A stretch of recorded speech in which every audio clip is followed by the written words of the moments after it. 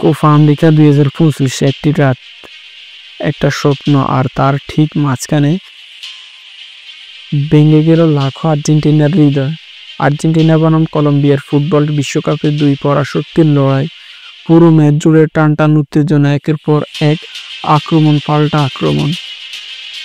শেষ পর্যন্ত খেলা গড়াতে টাইব্রেকারে প্রথমে এগিয়েছিল আর্জেন্টিনা, কিন্তু হঠাৎ ম্যাচ ঘুরে যায় একটি মিস আর একটি সেভ।